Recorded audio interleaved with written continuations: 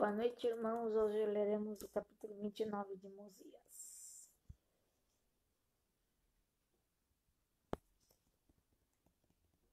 Tô descabelada.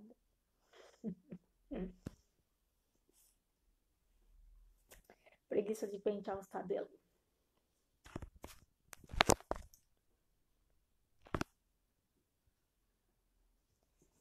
Capítulo 29 de Mosias. Mosias propõe que sejam escolhidos juízes em lugar de um rei. Reis injustos levam o povo ao pecado. Alma, o filho, é escolhido como juiz supremo pela voz do povo.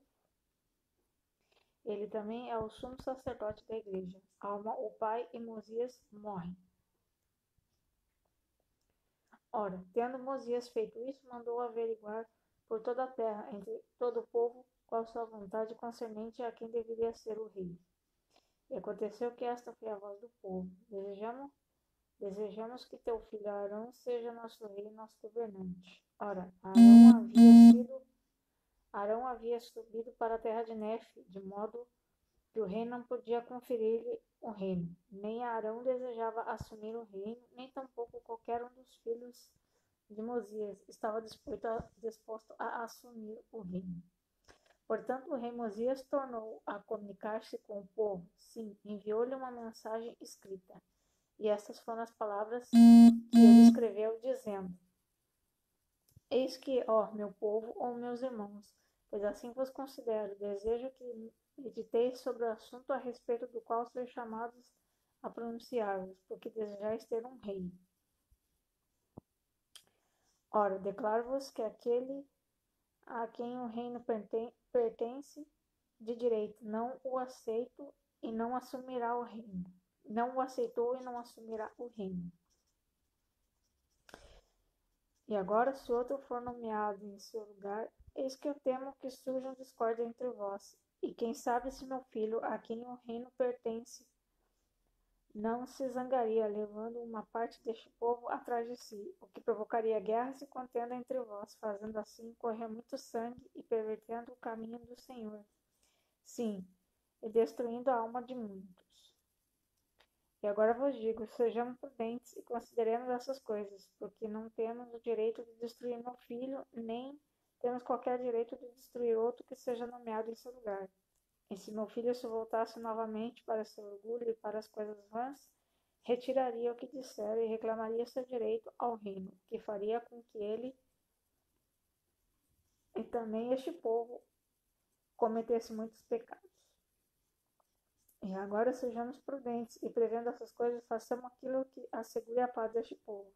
Serei, portanto, vosso rei pelo resto de meus dias. Não obstante, nomeemos juízes para julgar este povo de acordo com a nossa lei, e reorganizaremos os negócios deste povo, porque nomearemos como juízes homens sábios que julgarão este povo de acordo com os mandamentos de Deus.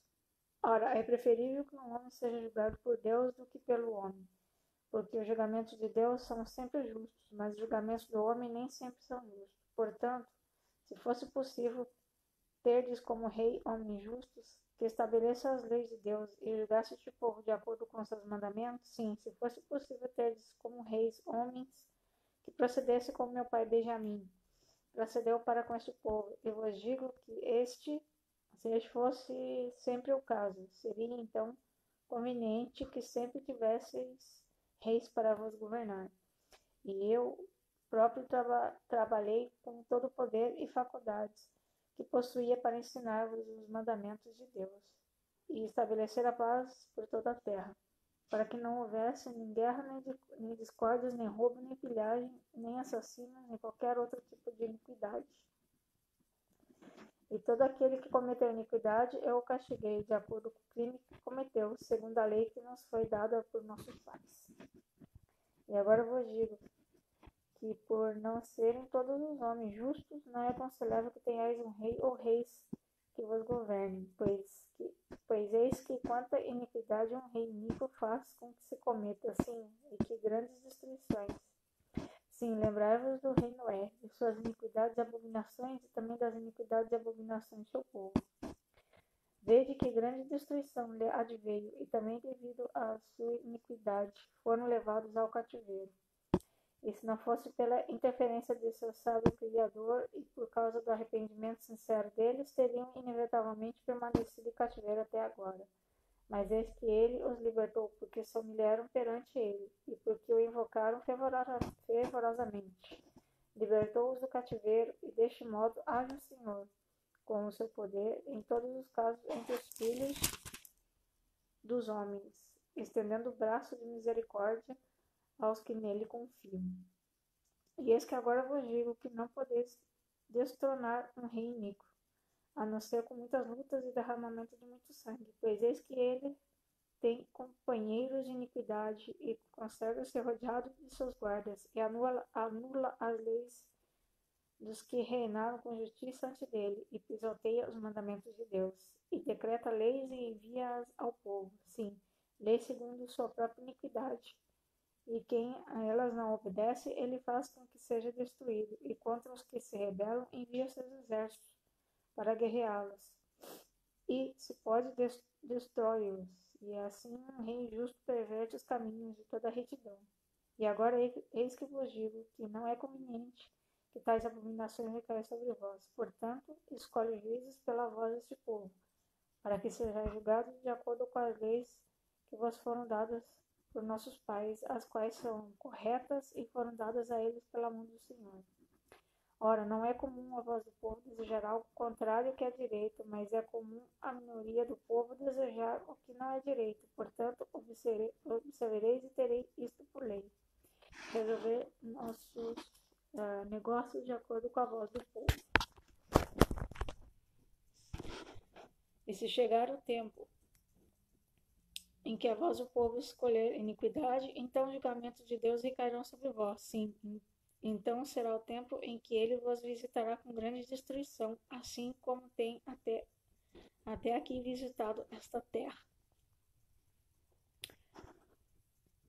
E agora, se tendes juízes e eles não julgam de acordo com a lei que foi dada, podeis fazer com que eles sejam julgados pelo juiz supremo.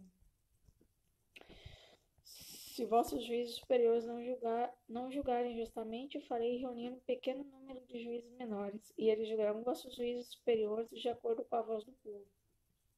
E eu vos ordeno que façais estas coisas no temor do Senhor. E ordeno-vos que façais estas coisas e que não tenhais rei, de modo que, se este povo cometer pecados e iniquidades, recairão sobre sua própria cabeça. Pois eis que vos digo que os pecados de muitos foram causados pelas iniquidades de seus reis. Portanto, suas iniquidades recaem sobre a cabeça de seus reis. E agora desejo que essa desigualdade não exista mais nesta terra, especialmente entre o meu povo, mas desejo que essa seja uma terra de liberdade e que todos os homens gozem igualmente de seus direitos e privilégios, enquanto o Senhor julgar conveniente que vivamos e herdamos a terra, sim, enquanto qualquer de nossos descendentes permanecer sobre a face desta terra. E muitas coisas mais escreveu-lhes o rei Mosias, explicando-lhes todas as provações e tribulações de um rei justo, sim, todas as angústias de sua alma, por seu povo e também por todas as queixas do povo do rei, e explicou-lhes tudo isso. E disse-lhes que tais coisas não deveriam existir, mas que a carga devia ser repartida entre todo o povo, a fim de que cada homem carregasse sua parte. E explicou-lhes também todas as desvantagens a que estariam sujeitos e fossem governados por um rei injusto. Sim, todas as iniquidades e abominações, e todas as guerras e contendas e derramamentos de sangue, e roubos e as pilhagens e as libertinagens de todo tipo de iniquidade, que não podem ser remuneradas, dizendo-lhes que essas coisas não deveriam existir, que eram expressamente contrárias aos mandamentos de Deus. Então aconteceu que depois de haver o rei Mosias enviado essas palavras ao povo, o povo ficou convencido da veracidade de suas palavras. Abandonaram, portanto, o desejo de ter um rei e ficaram muito ansiosos para que cada um tivesse oportunidades iguais em toda a terra, assim. e cada homem expressou a vontade de responder os seus próprios pecados.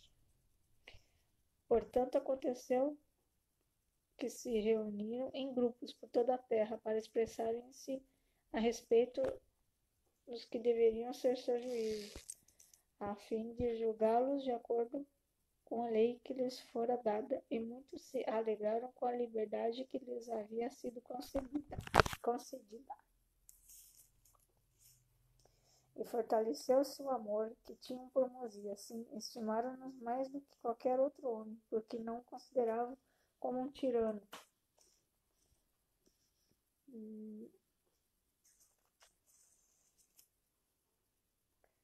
Que estivesse em busca de ganho, sim, aquele lucro que corrompe a alma, porque não lhes havia exigido riquezas, nem havia alegrado com derramamento de sangue, mas estabelecer a paz na terra e permitiria que seu povo se livrasse de todo tipo de escravidão.